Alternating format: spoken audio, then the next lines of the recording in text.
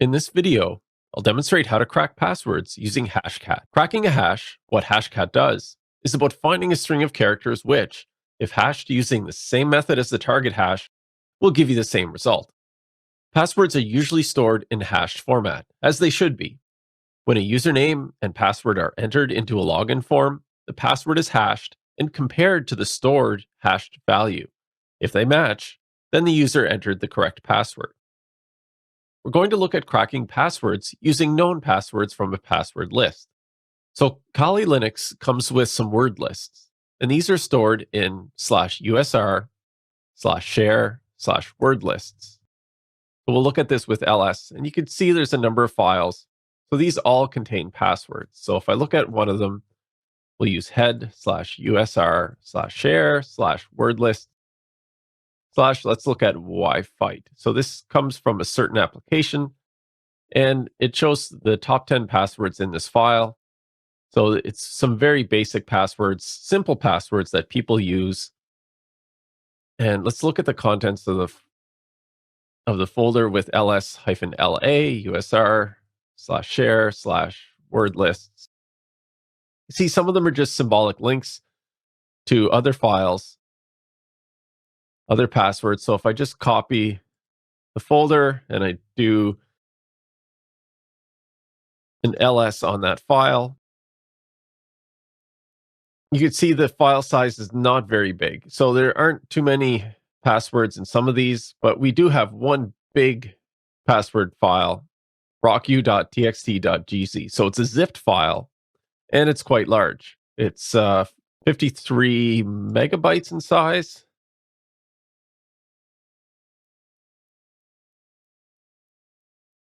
If we look at the contents,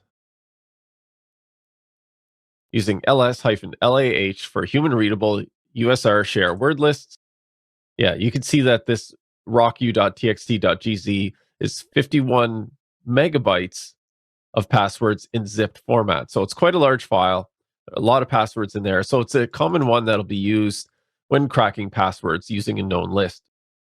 So it's a convenient one for you to use with your own testing. Another thing you should use when using HashCat is the HashCat examples. So go to https://hashcat.net/wiki/doku.php !ID equals example_hashes. So this page contains all of the generic hash types supported by HashCat. So if you enter the hash mode 0, it'll expect an MD5 hash, which we'll try to crack. There's an important comment here. If you get a line length exception, so if you see this as an error in HashCat, it's because the mode you selected doesn't match what you're trying to compare it against. So if the mode doesn't match in the file you're using, then it will give you that error. So let's start off with a simple example to see this working. So we'll use hash mode 0 or MD5, and we can create this right from the Linux command line or right from the Kali command line by using a command called MD5 sum. So we have to pass it something, and we do this with echo. So I'll use echo -n. So we want to suppress a new line of echo. This is important. Put ABC123. So it's going to echo ABC123, but with the -n, we suppress the new line. Because if you don't, then when we pipe this in to MD5 sum, it would add the new line character, and it will take the MD5 sum, including that character, which will throw off our results. So if we look at the result here, you can see this ABC123 hashed with MD5 sum gives us this long hexadecimal value, this long number, E99, etc. But at the end, there's some space and then a hyphen. So what we want to do is remove that from the result. So if we pipe this into cut, so using our Linux commands, -d with the space surrounded by single quotes, -f, so field number 1, field 1, and then the double arrow, double greater than sign, MD5 hash.txt. Now, if we look at the result of that file using cat MD5 hash.txt, we just get the hash.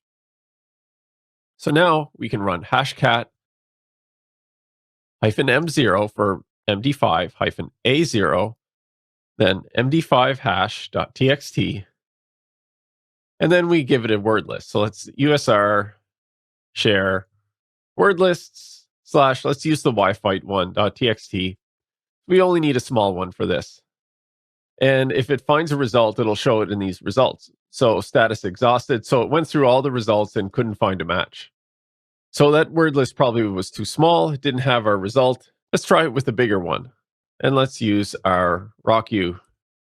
And this time it shows cracked. So it was able to find the result. And if we scroll up, we can see that it found the hash : and then our result, ABC123. So that was the string that we had hashed with MD5, ABC123, and it was able to find it. You can see it found it quite quickly. It took 3 seconds, so it shows the start and stop time. It took 3 seconds to find that using that password list. It's very simple passwords. It is lightning quick to find it, even with a hashed password. Now let's look at an example with a real-world hash. So in my case, I've run the pen testing tool called Responder in another video, and that's stored in, its results are stored in USR share responder logs. You can see there are a number of session files or log files according to what I've run. And I'm going to take one of these NTLM-v2 files, this HTTP NTLM-v2. So I'll pick one of these and copy the results. So I'll do cp/usr/share/responder logs. And I'll copy that to the current folder. And now I'll run hashcat -m. Now we need a mode for this. It's not going to be SHA-1 or MD5. It's going to be an NTLM-v2. So I'll go over to the HashCat documentation. And here, NTLM-v2 is in this list. And the mode is 5600. And now we specify the hash file name, the HTTP-NTLM-v2, and then the word list /usr/share/wordlists rocku.txt.gz. And you can see this went very quickly. And the results of this, so the hash result, so it takes the hash with Kali, and it finds the password Kali. So this is a hash. So this was captured from the default Kali Linux password, which is just Kali, Kali. And it cracked it almost immediately. One thing we didn't look at were the contents of the file. So if we look at this hash file, so you can see it has Kali, and then it has some colons, and then it has the hash information.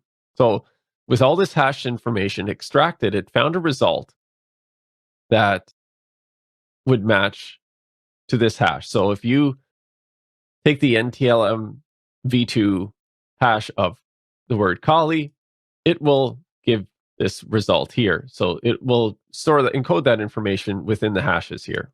Now, if you have a more complex password, then it's much harder to crack. And in terms of mitigating these types of attack, you can see with very simple passwords or short passwords, even on a virtual machine, not a very powerful system I'm running here, it finds them almost immediately, which shows that strong or long passwords, complex passwords, will help mitigate this and require a lot more computing power. And it's also important never to reuse passwords, because if an attacker has a list of hashed passwords already, it could use some of those passwords and the corresponding hashes to help discover passwords that have already been used elsewhere. And another thing, if you're implementing a hashing system for passwords, you always want to make sure that the hashes have corresponding salts. So these are additional text used alongside the passwords to generate the hash values. This simple method makes cracking like this exponentially harder, especially if the user uses strong or long passwords. And that concludes this demonstration of cracking passwords using HashCat.